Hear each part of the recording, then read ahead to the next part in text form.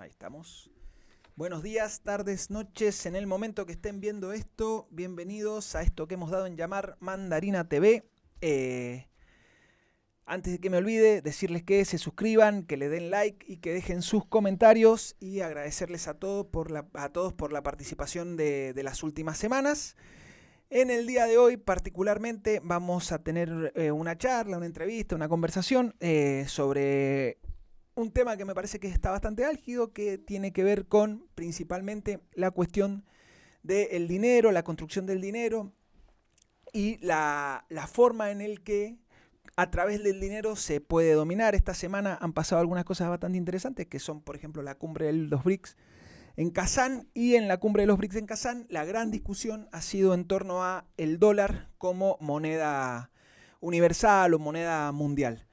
Por eso se nos ocurrió que esta semana podíamos hablar con alguien que pudiera más o menos explicarnos cómo funcionaba la cuestión del dinero en el tiempo, en la historia, y cómo funciona hoy a partir de esto que se puede entender que es la falta de respaldo tangible a la cuestión del dinero, para llamarlo de alguna manera. Y para eso, en el día de hoy, hemos traído a un amigo que es el Juan Manuel. ¿Cómo andás, Juan Manuel? ¿Cómo estás?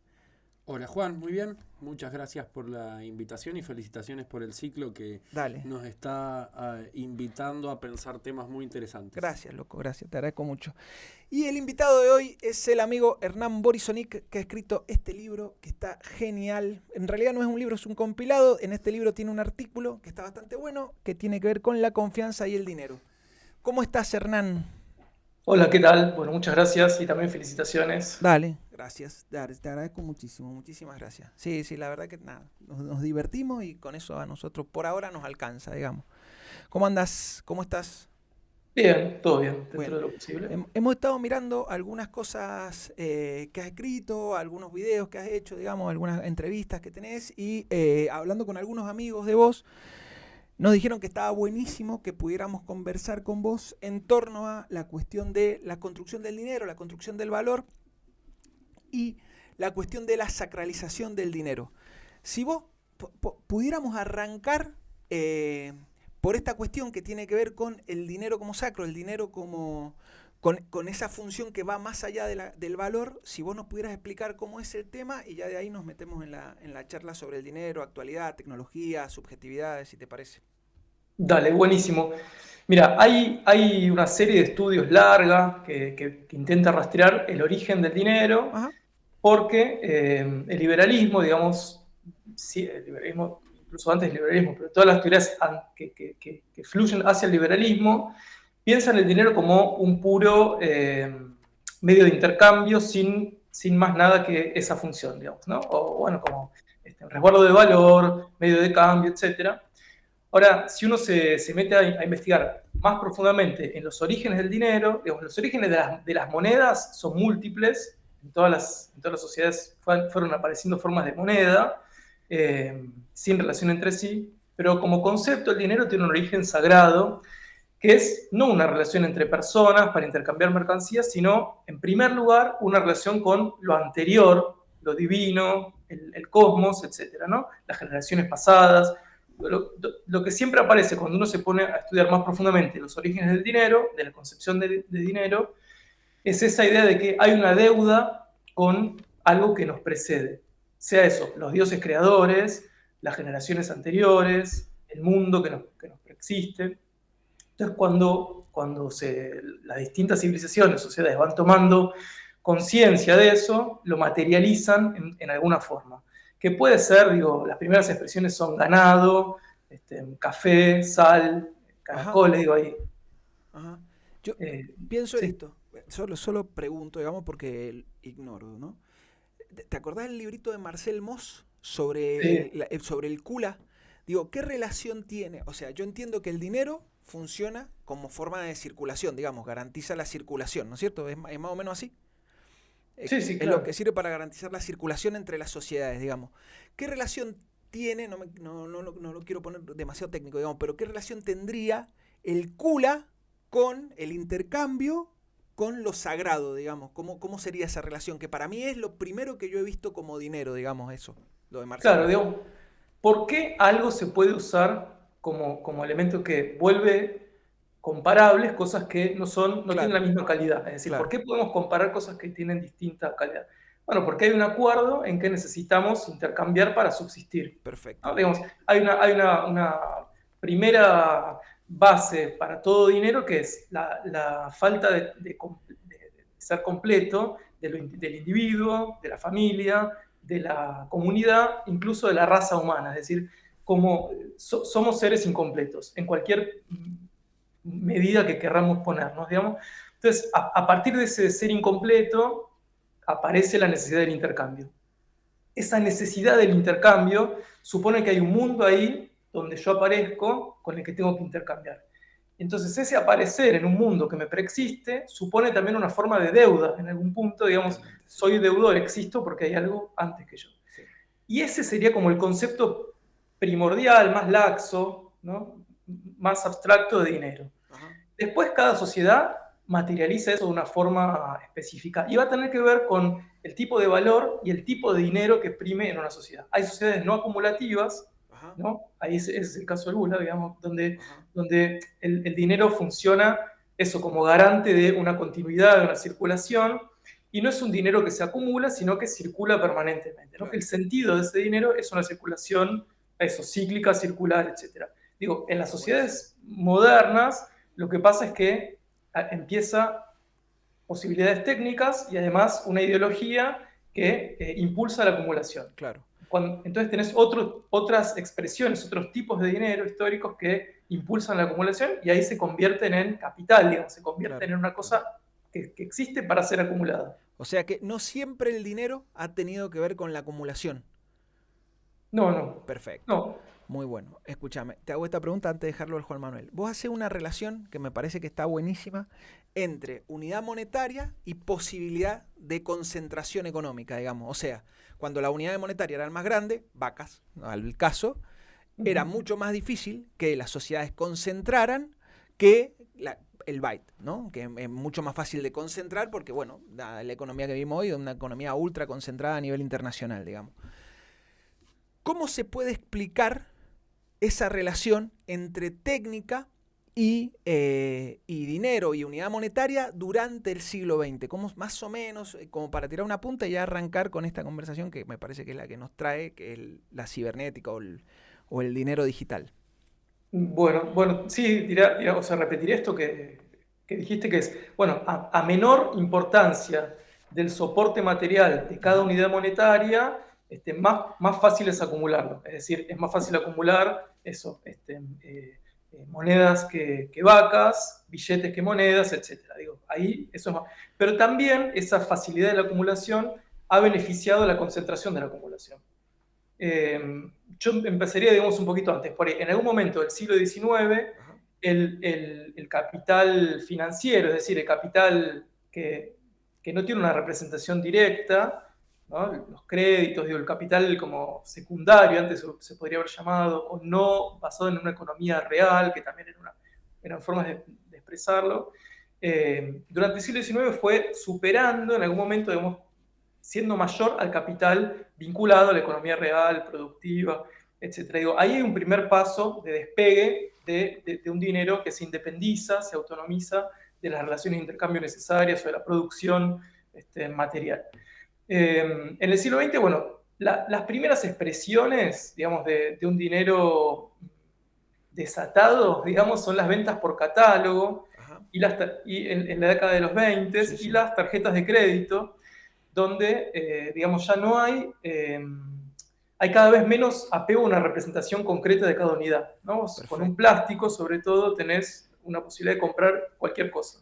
El plástico toma ese papel como general del dinero, es plenipotencial, digamos, tiene un solo plástico, te representa toda tu plata, en algún punto, o más de la que tenés, si es crédito. No, está muy bueno lo que decís del catálogo, no sé, me había ocurrido pensar, cuando aparece la publicidad, entonces comienza a aparecer el imaginario del desacople, decís vos. Mirá, sí. Está buenísimo, está muy bien, está muy bien, sí, está bueno de verdad. Bueno. Bien, no, a mí me parece muy importante, vos introducís mucho el concepto de la relación entre la muerte como experiencia humana y pensar el dinero en el contexto de la mortalidad para contextualizar su significado. ¿Cuál es la relación que vos le encontrás al dinero con la muerte? ¿Y por qué decimos que el tiempo y los recursos son finitos? Claro, bueno, digamos, justamente un dinero acumulativo, el dinero moderno, contemporáneo, cada vez más acumulativo, es una especie de respuesta al temor a la muerte, ¿no? O a la realidad de la muerte. Digo, y no solo de la muerte individual, que ya sería suficiente, digamos, ya sería un miedo suficiente, sino la muerte también de la especie. Y en última instancia, digamos, lo que dice la física contemporánea es, bueno, en algún momento todo el universo se va a terminar, ¿no? El universo que conocemos. Es decir, cualquier capacidad de grabación o de guardar un recuerdo, una grabación, una instancia que remita que nuestra existencia fue real, fue comprobable, va a desaparecer. Digo, eso hace que que nuestra vida sea efectivamente finita. Ahora, el dinero es un poco el reverso de esa posibilidad en el imaginario, ¿no? Sí, sí. Digo, tener dinero es una posibilidad de, antes de gastarlo, de tener cualquier cosa. Ahorrar dinero es una posibilidad de perpetuar en el tiempo, ¿no?, una acción. En lugar de tener algo ahora, lo puedo perpetuar para más adelante. En general, digo, el dinero acumulativo termina como ocupando, tratando de salvar ese problema de la finitud, de la mortalidad, no solo individual, digo. Y por eso vemos hoy en día todas estas expresiones de migrar la memoria de una persona a un chip, Sí.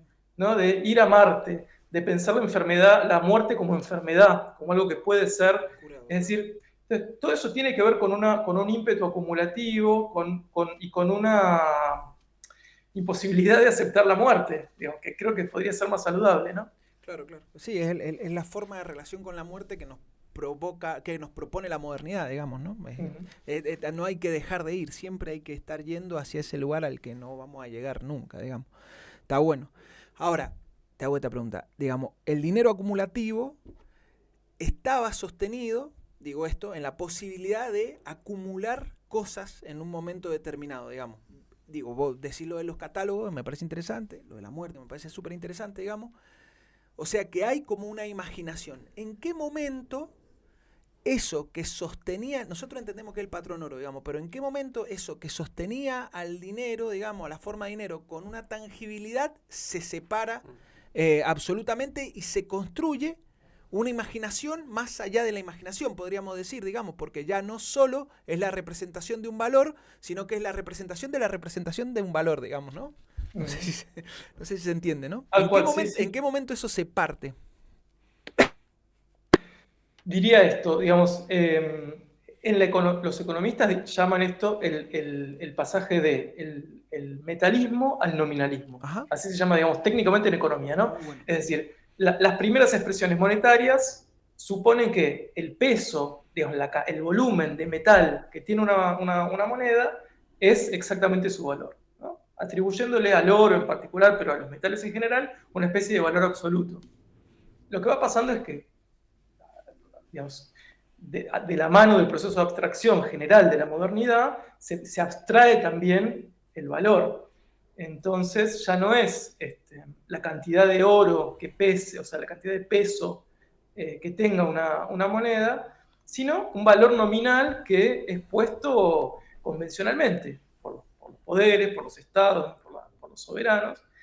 Y ahí empieza, digamos, ya desde el siglo XVII hay una serie de, por ejemplo, revaluaciones del dinero, inflaciones, reacuñaciones de moneda con menos peso, pero la misma cuña. Entonces empieza a desacoplarse esa idea de que hay un valor absoluto en cada moneda, vinculado a una cantidad de materia, para pasar a ser una cosa nominal, digamos, más de creencia, Sí. específicamente. No, ya no de creencia en el metal, sino de creencia en el gobierno. Y ahora podríamos pensar de creencia en un código, ¿no? Claro. Sí. Pero bueno, digo, ese es un poco el proceso de abstracción desde un peso concreto hacia una confianza. Sí. Eso que vos llamás gobierno o confianza, ¿es gobierno o confianza o tiene un trasfondo, digamos? Porque yo podría decir, bueno, ¿por qué el peso argentino no vale lo mismo que el dólar? ¿Es solamente por gobierno o confianza o qué implicancias tiene la idea de gobierno y confianza? Y se me ocurre pensar en esto que está pasando hoy con la discusión con los BRIC, digamos, donde lo que se plantea no es salir del dólar como forma de intercambio, digamos, sino salir de la guerra del dólar, dicen los estados que participan de los BRIC. ¿El dólar es solamente confianza?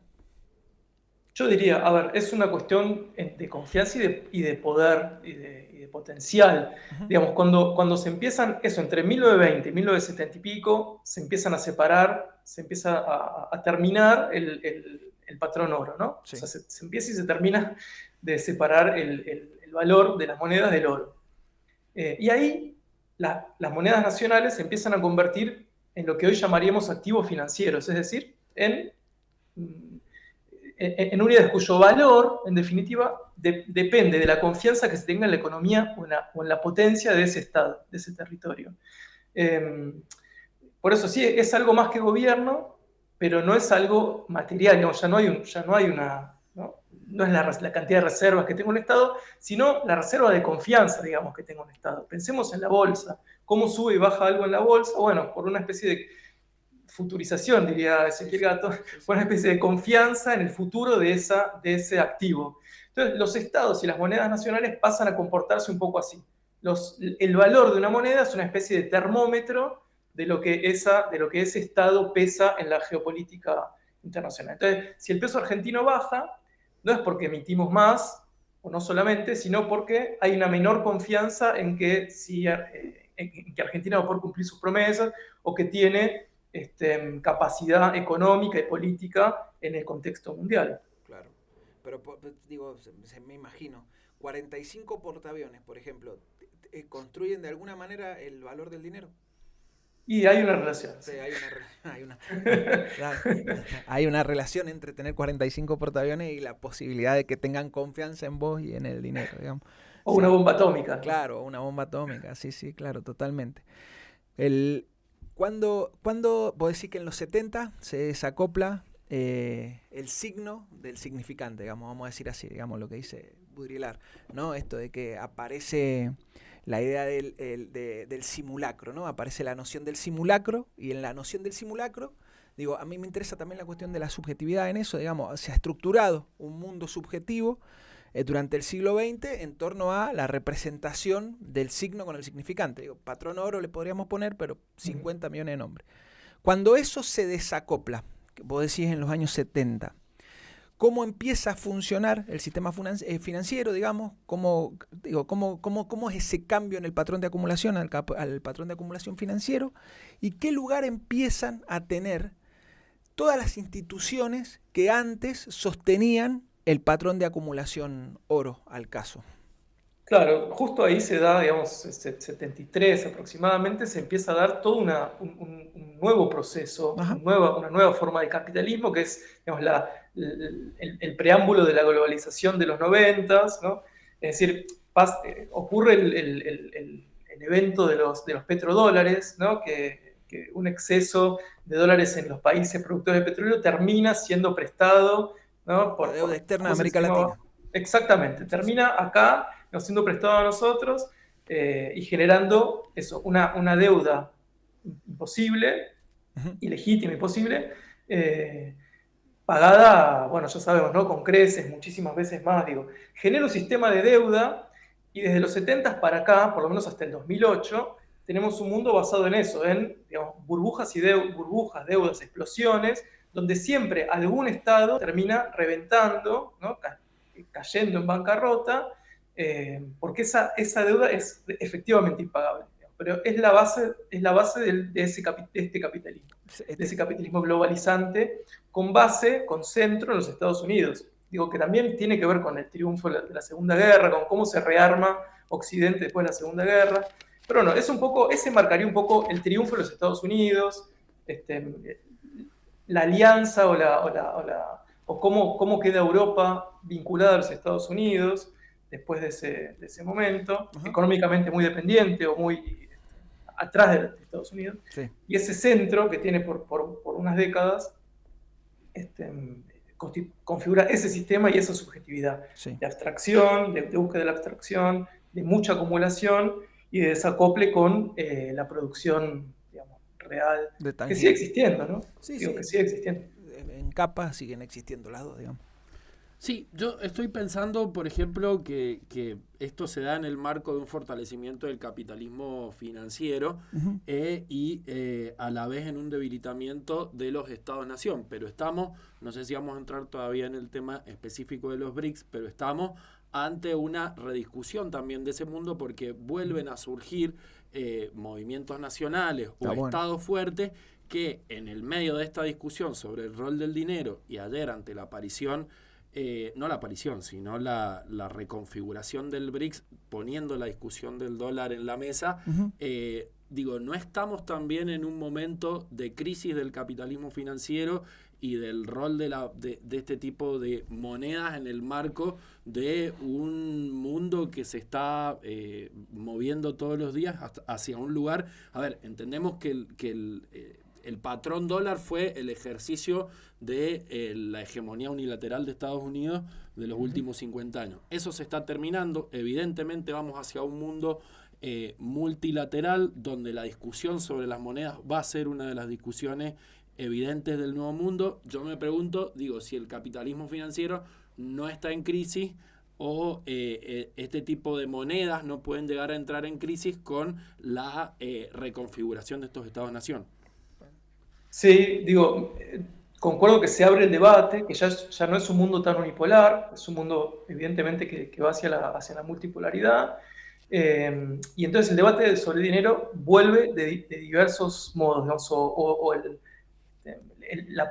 postestatalismo y un poco la búsqueda de un postdolarismo viene por varios frentes. Un frente es este, ¿no? El que podríamos llamar frente del Pacífico, es decir, buscar otro tipo de hegemonías, otro tipo de configuraciones globales que hagan prevalecer otra moneda por sobre el dólar, una moneda BRICS, por ejemplo, Sí. que pueda ser, digo, que reconfigure eso. Yo no sé si eso sería post-financiero. Sí, por ahí sí sería claramente post-estadounidense o post-dólar. Y en un punto sí podría ser pensado como post-estatal. Creo que están apareciendo, ¿no? Estas nuevas figuras. Digo, y del otro lado, lo que apareció, que ahora no pone tanto en jaque a los estados como en sus orígenes, son las criptomonedas, que también son monedas que van más allá o que buscan sortear la necesidad de un estado central o de un banco central, digo, de ese complejo entre bancos y estados que hizo al clásico momento Sí. del dólar entre los 70s y 2008. Sí. Yo pienso esto, solo para tirar. A mí sí me parece que si se ve una crisis, yo no creo que haya una crisis del sistema financiero, digamos, me parece que lo que se discute es multipolaridad política, pero que el sistema financiero está más o menos funcionando mucho mal después del 2008, pero sí es verdad que hay una reconfiguración del sistema financiero, o me parece a mí que hay una reconfiguración del sistema financiero, principalmente después de la crisis del 2008, y eso se ve, por ejemplo, en términos subjetivos, digamos, ¿no? La crisis del 73 derivó en un mundo subjetivo, en una forma de subjetivación que tenía que ver nada con la libertad, vamos a decir así, con la desregulación, vamos a poner así. Y me parece que la crisis del 2008 ha reinstalado, y ahí me parece que entra lo de los nacionalismos, digamos, ha reinstalado, como cualquier momento, me queda la sensación a mí, pero te lo pregunto porque no lo tengo tan claro, digamos, como cualquier momento de salto técnico, ha reinstalado algunas formas restitutivas, me gusta decir a mí, algunas formas un poco más conservadoras, porque el movimiento del salto técnico que provocó la crisis financiera del 2008 hizo que todos sintiéramos el temblor, y a partir de ese momento hay como necesidades de agarrarse de algo, digamos, que no tengo bien claro qué es, pero sí hay como en el mundo una necesidad de volver a agarrarse de alguna cosa sólida, ¿no? Sí.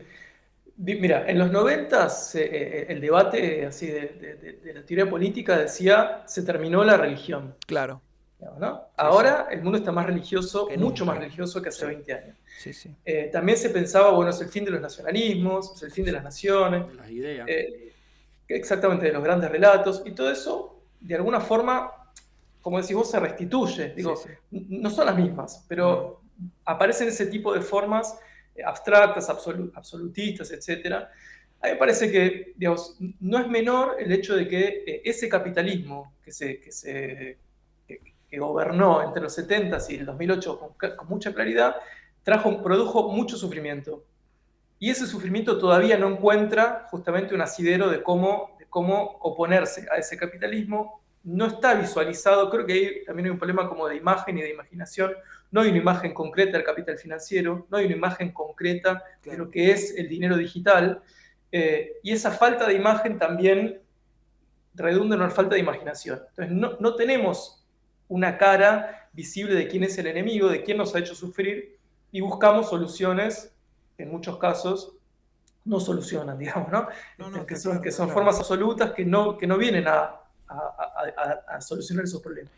Hace algunos programas hablábamos del final de la lógica dialéctica, digamos, como forma de confrontación, y me parece que anda por ahí la cosa, digamos, en esto que se llama es como un tipo de guerra fractal, digamos, donde todos se enfrentan con todo.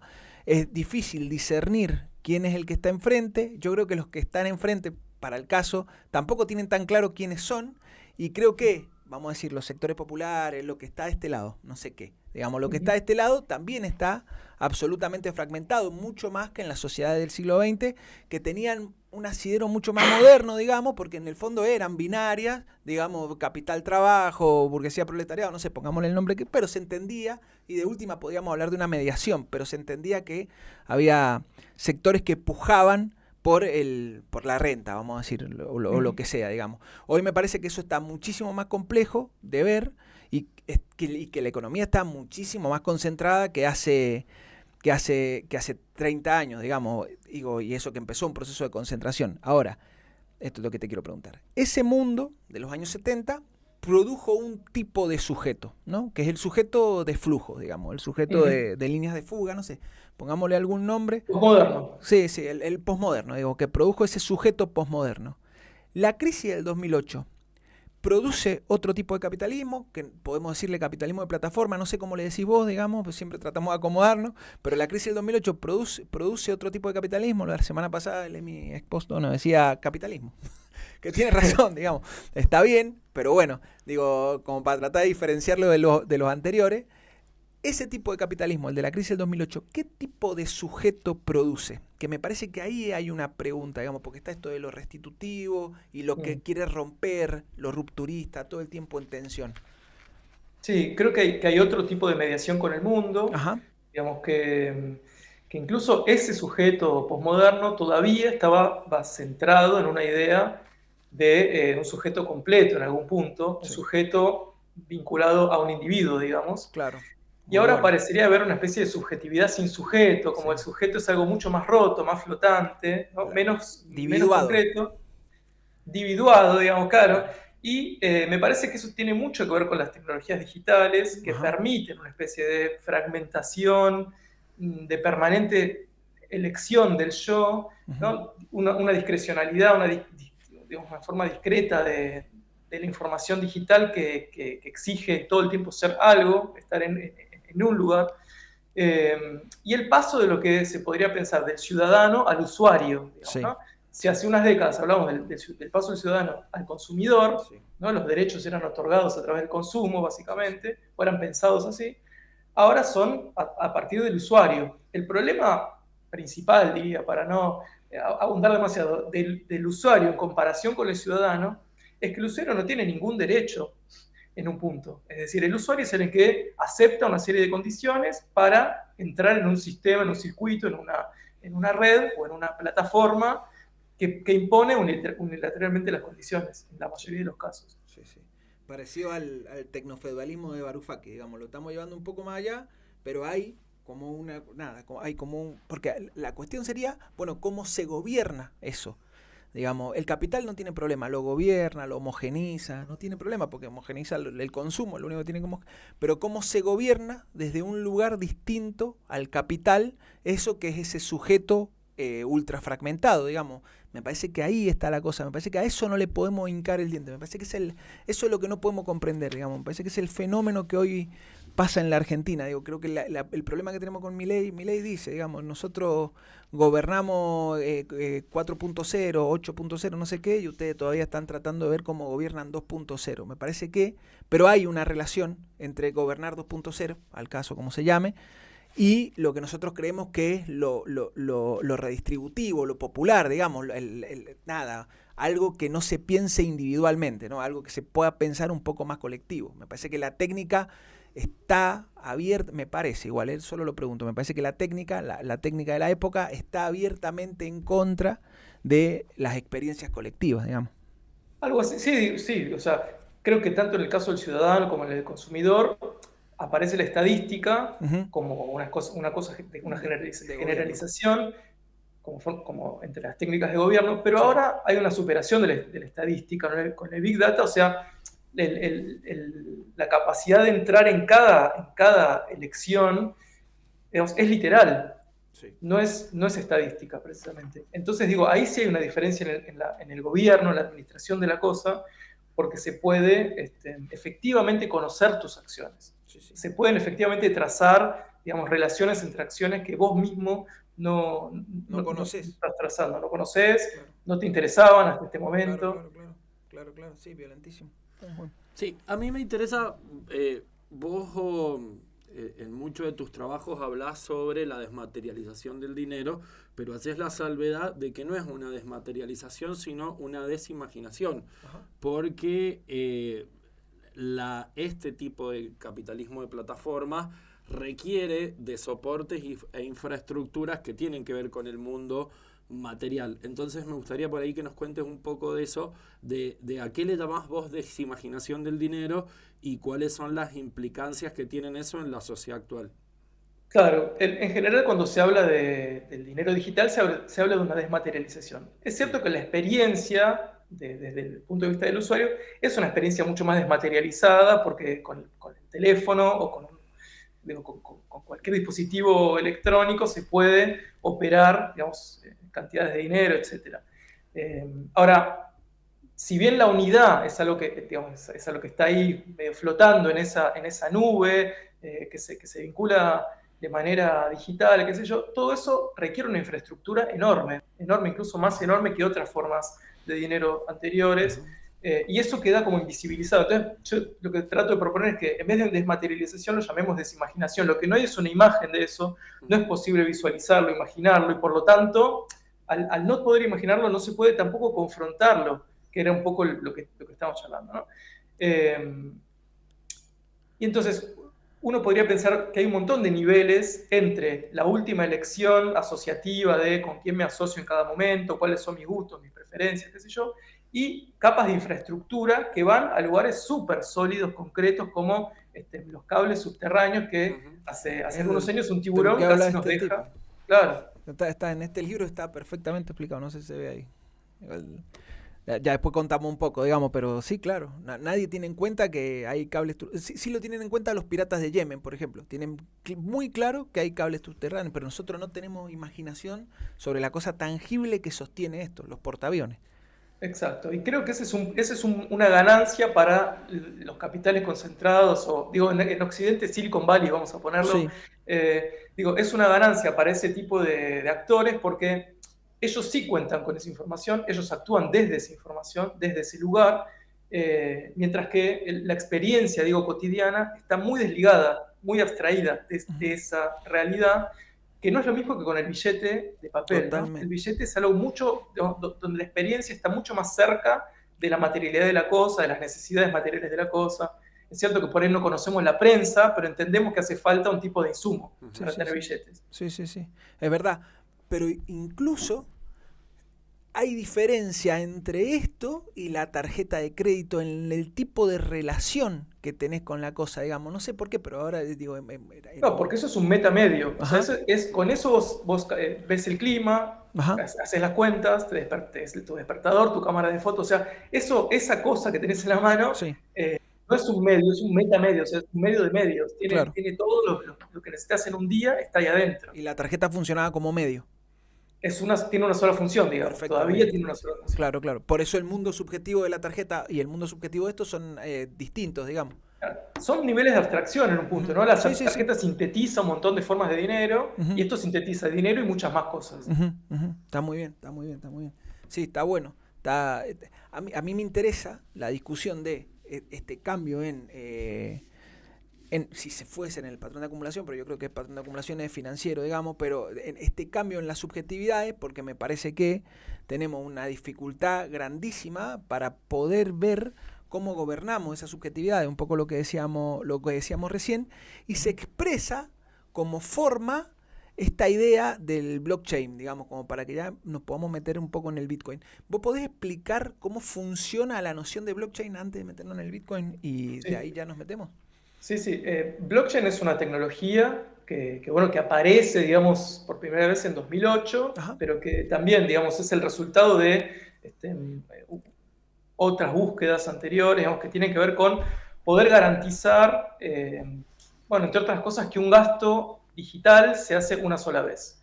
Uno de los grandes problemas del dinero digital que existe antes que el Bitcoin, por supuesto, era que era posible hacer 2 veces un mismo gasto. O sea, usar 2 veces un mismo capital, claro. para 2 cosas distintas al mismo tiempo. Bueno, ese era uno de los problemas, el problema principal. Entonces, ¿cómo hacer para poder sellar, digamos, una estampa temporal en los gastos sin perder mucho tiempo? Claro. Digo, en ese sentido, lo cripto todavía es un poco más lento que la tarjeta de crédito o que el dinero digital no criptológico, porque lleva una serie de procesos. Pero bueno, lo que se constituye, digo, Nakamoto, que es un nombre de fantasía para alguien o un grupo, algún grupo, saca en 2008 este texto, este white paper, diciendo, bueno, esta es una forma de dinero efectivo, digo, conseguimos una forma de hacer dinero efectivo, pero digital. Efectivo quiero decir como cash digital, que va a permitir que puede ser usado de forma descentralizada, es decir, sin un actor central que garantice el funcionamiento de todo el sistema. ¿Cómo lo hace? Bueno, son cuestiones criptográficas muy complejas, pero hay una función que se llama hash que permite generar bloques de información que son aprobados, digamos, o probados por nodos de una red. Entonces, necesitas para el blockchain, necesitas, por un lado, nodos, que son computadoras, ¿no? Sí. Servidores, centrales digitales, físicas digitales, que van a estar trabajando, por un lado, y principalmente aprobando o comprobando las operaciones, los intercambios. Pero además, lo que tiene la criptomoneda, que acompaña o que viene junto con el blockchain, es que se pueden generar unidades de valor, generar unidades monetarias, sin una casa central, sin un banco central, sin un Estado. Claro. ¿Y cómo se genera eso? Bueno, con un código que preexiste al momento del lanzamiento de la red, que, a ver, lo voy a decir hiper simplificado. Sí, es que es hiper simplificado porque imagínate que yo te digo qué número estoy pensando. Sí. El primero de los dos que lo adivina se lleva un caramelo, lo que les hace de los nenes, ¿no? Sí. Bueno, digo, ese es un poco el principio fundamental del Bitcoin. Ese algoritmo primero va a generar de a un número, números muy complejos, y que a mayor capacidad de cálculo del nodo, ese nodo va a tener más opciones de adivinarlo, porque no es una cuenta, o sea, no es un cálculo en términos de es una predicción. Algo que hay que resolver, sino que es algo que en un punto hay que adivinar. Claro, una necesitas capacidad de cálculo, necesitas capacidad de cálculo no para resolver, sino para tirar muchos números. Sí. Que en el fondo es lo mismo que hace el algoritmo hoy, digamos, lo que hace el algoritmo hoy es predecir, no resuelve, predice, y a partir de predecir circula, digamos. La predicción hace que funcione la circulación, no el cálculo. Claro, esto sería menos todavía, o sea, sería casi más cerca de la adivinanza, ¿no? Vos tenés que tirar muchos números, y cuanta más capacidad de tirar muchos números tengas, vas a llegar antes, vas a pegarle antes al resultado. ¿Y cómo ata la capacidad de tirar muchos números con la tangibilidad? Bueno, perfectamente, o sea, se casan perfectamente, digamos.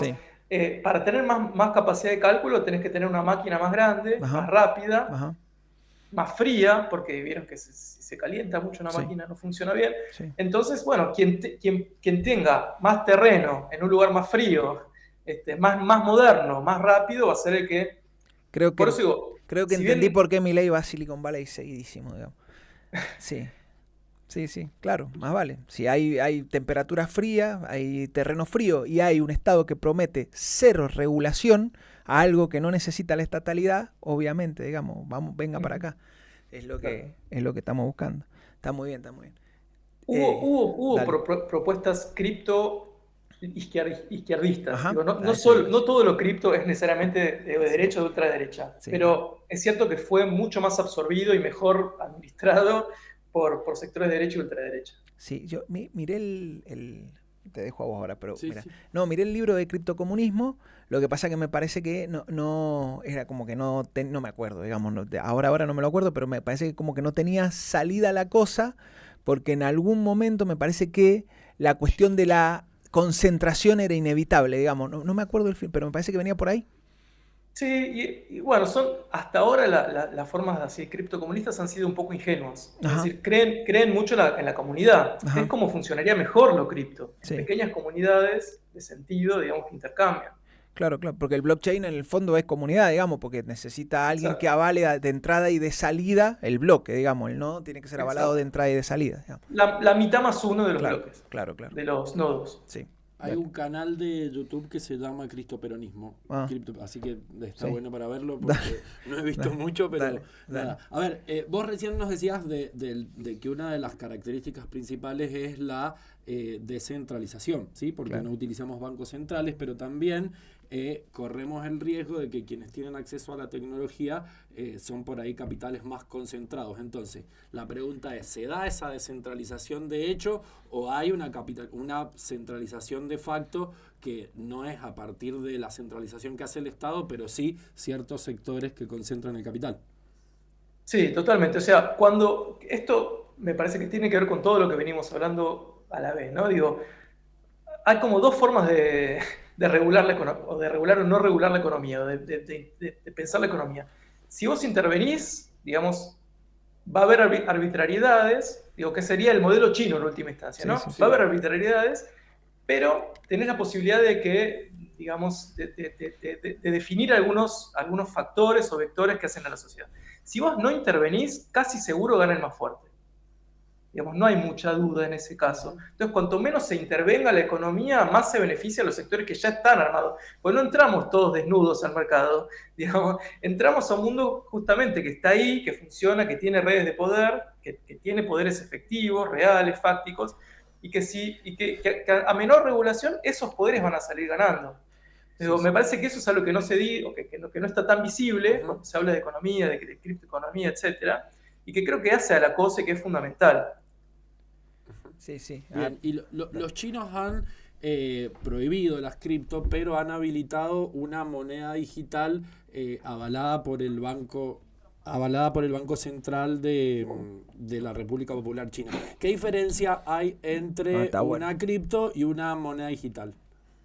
Bueno, o sea, en general lo que no es cripto es digital, Sí. pero no tiene estas funciones criptográficas que Mm. garantizan, bueno, algunas cuestiones como la transparencia, que todas las transacciones son visibles, etc. No, lo que está empezando a aparecer ahora son propuestas de criptomonedas nacionales. Ujú. Ajá. Entonces, con blockchains que no son totalmente abiertas y descentralizadas, sino que tienen un actor que puede eventualmente, digamos, prohibir a un nodo, ¿no? Cerrar un nodo, prohibir algún tipo de activo que se intercambie. Digo, hoy en día hay redes blockchain donde se puede intercambiar cualquier cosa, otras que no. Depende cómo se codifica en primera instancia eso. Si el que codifica en primera instancia es el Estado, va a haber una especie de constitución criptográfica, constitución nacional criptográfica, Claro, en claro. lugar de constitución grupal son formas en definitiva de hacer circular el poder. ¿No? A mí me interesa mucho la metáfora de Mackenzie Wark de lo que ella llama la clase Sí, sí, vectorialista. la Es clase decir, ya no es una vectorial. cuestión de propiedad, sino de circulación, de Sí, pensar cómo circula, en qué sentido circula la información. Y ahí hay un poder en este momento. sí. Igual está. Sí, está difícil, digamos. Pero entonces se puede pensar desde el estado de la cripto. Se puede pensar con centralidad, algo que es descentralizado. Se puede pensar adaptaciones, digamos, de blockchain estatales. Sí, se puede. Sí, sí, está. Digo, creo que mucho de lo jurídico va a empezar a pasar por ahí, más allá de lo económico, digo, porque blockchain es más grande que lo económico, ¿no? Sí. Lo jurídico probablemente se vuelque hacia lo criptográfico. Claro, claro, sí, es más grande. El blockchain es un tipo de relación, digamos, de última es eso, ¿no? Claro. Voy a tratar de volver a la pregunta del Juan Manuel porque me pareció interesante. Es verdad que si no es cripto, es digital. Lo que me parece que estábamos tratando de preguntar era por este tipo de moneda que circula por los teléfonos, digamos, que no sabemos cuál es el respaldo, dónde funciona el respaldo y que no es cripto, digamos, no tiene nada que ver con lo cripto, sino que es moneda supuestamente estatal, digamos, que aparece con el Estado. ¿Cómo funciona ese negocio financiero que hay atrás de hoy? Todos son entidades financieras, digamos, todo el mercado funciona como entidades financieras. Cualquiera que te ofrece cualquier tipo de forma de circulación económica en los teléfonos, digamos, aparte de eso, son entidades financieras que tuvieron un problema con el Banco Central hace algunas semanas, digamos, por esto mismo. ¿Cómo funciona eso? ¿Cómo funciona esa circulación? ¿Dónde está sostenido ese dinero? Bueno, de nuevo, son grandes actores financieros con mucho poder de intervención en el mercado. Ajá. Y con posibilidad de que muchos usuarios apoyen esas Muchísimo. redes, esas plataformas, digamos. Digo, no soy economista, pero sí me parece que hay un tema como ahí de poder por detrás de estas cuestiones, que es, bueno, ¿qué actor puede penetrar el mercado de forma que todo el mundo use esa aplicación? Está bien, ¿Qué pero actor puede ofrecer un interés diario en lugar de un interés mensual, por ejemplo? Digo, ¿qué poder económico tiene que tener un actor para poder ofrecer ese tipo de confianza? Y son conocidos miles de casos de redes o cripto o no cripto que de un día para el otro se han cerrado, dejando un montón de gente, claro, ¿no?, en la ruina. Está bien, pero yo pienso en esto, digamos, si el actor tiene la posibilidad de que el Estado lo subsidie y aparte de eso, el actor tiene la posibilidad de que el Estado lo subsidie, o sea que hace falta la centralidad, eso es lo que quiero poner en discusión, ¿no? Que el Estado lo subsidie, así como en la crisis del 2008 hizo falta el Estado hace falta que lo subsidie ese actor para que se imponga sobre el resto de los actores financieros. También hay un Estado que aparece y dice, che, tu QR es el que sirve para todos los QR, entonces a partir de eso hay como una ley, digamos, hay como algo, nada, que se expresa en forma de soberanía, que es central para que funcione aquel esquema financiero que parece absolutamente descentralizado, desregulado y demás, digamos, ¿no? Tal cual. Para que se dé la relación y para que se dé ese tipo de masividad, siempre hace falta que un actor estatal apoye eso. No es que no haya alianzas, porque de hecho existen alianzas, Sí, ¿no? sí. China tiene sus empresas, Estados Unidos tiene su Silicon Valley. Digo, no es que no existen esas alianzas, Sí. pero en este caso lo que pasa es más una cosa bien, bien privada, es decir, es más parecido al momento de la piratería. Los Claro. piratas en un punto tenían un vínculo con la corona británica, ¿no? Pero era un desarrollo absolutamente privado, a riesgo, ¿no? Digo, pasa algo parecido. Ahora hay algunos piratas que se vuelven príncipes, digamos, ¿no? Claro. No, decir, pero el problema es que te lo venden como inmanente absolutamente y en el fondo tiene trascendencias por todos lados, digamos, si no viene alguien y le dice, mira, sos vos, pero mientras tanto, digo, parece la mano invisible del mercado, digamos, una inmanencia, parece que surge de sí misma, digamos, ¿no?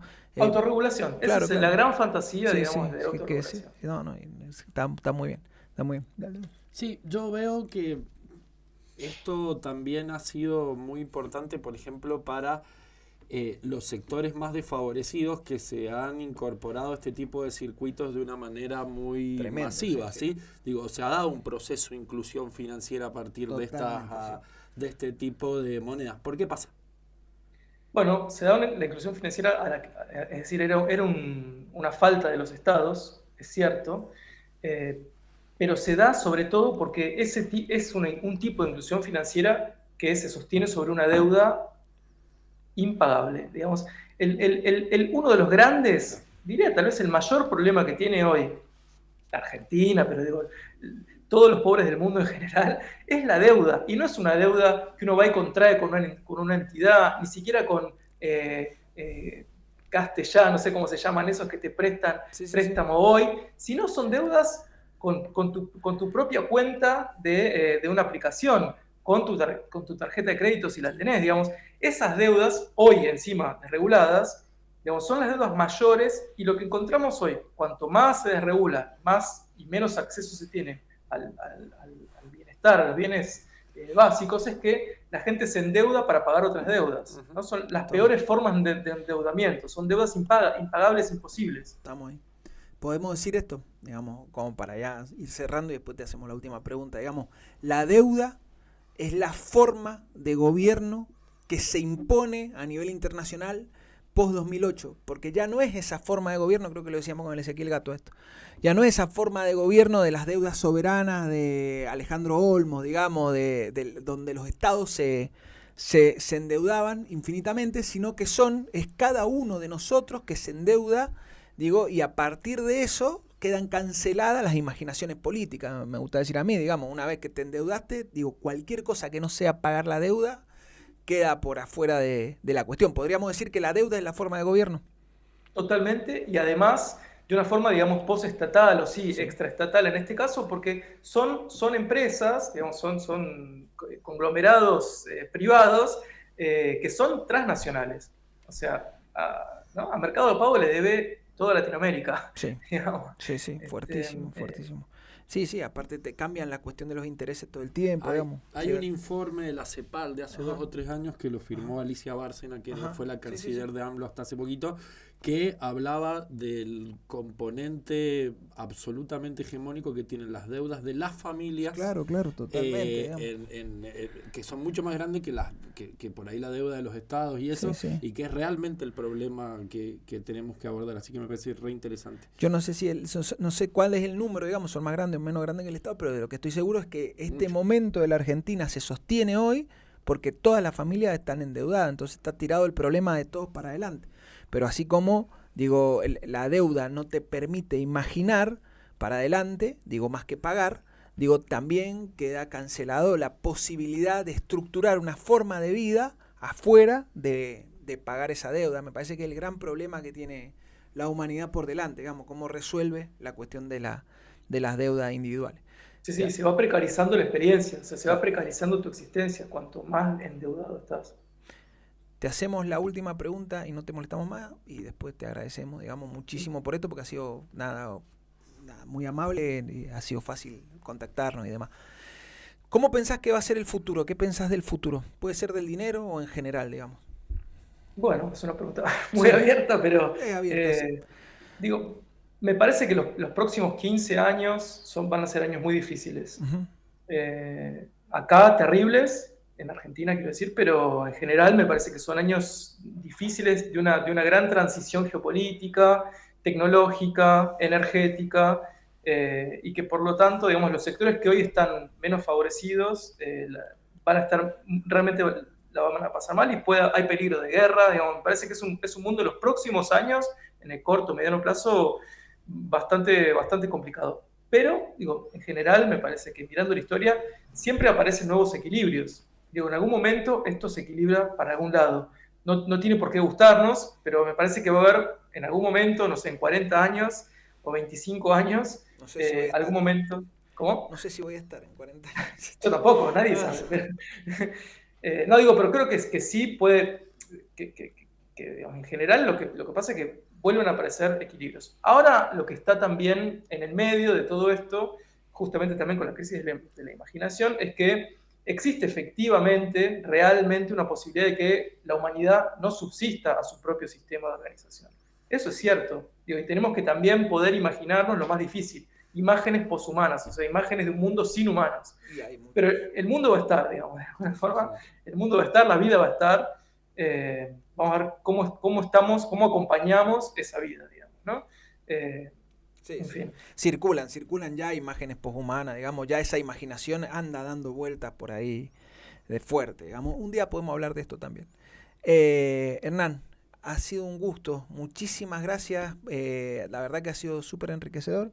¿Sí? Sí, un gusto absoluto. Sí. Me quedé, vamos a seguir, una para otra que vamos a seguir. Ayer Xi Jinping dijo, se termina Bretton Woods, eso da para otro programa, así que me parece re interesante el tema para seguir conversándolo. Después el príncipe de Arabia lo saludaba a Europa y le decía, mirá, capaz que todavía no. Bueno, nada. Yo les agradezco mucho, muchísimas gracias. Dale. A vos, muchísimas gracias a vos y nos vemos pronto porque seguramente te vamos a volver a molestar y a invitar para esto. En un rato te escribo y te agradezco. Dale, gracias. Cuando quieras. Dale, gracias. Loco, te agradezco Chao. muchísimo.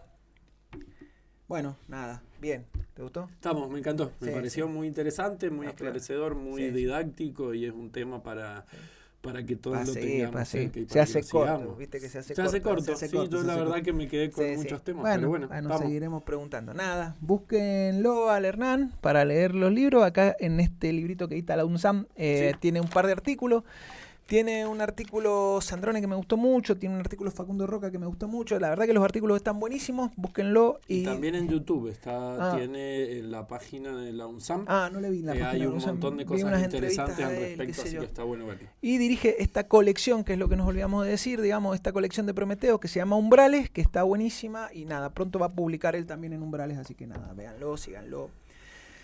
Antes de terminar, agradecerles a todos por estar ahí, agradecerle al Juan Manuel por haber venido hoy a acompañarme y no me quiero ir sin decirles que se suscriban al canal, que le den like, que comenten por favor, que para nosotros es súper útil, de verdad. Así es. Y que nos sigan en las redes sociales, que nos dan bola en las redes sociales, por acá abajo está. Bueno, gracias a todos, nos vemos la semana que viene en esto que hemos dado en llamar Mandarina TV. Un abrazo fuerte, adiós.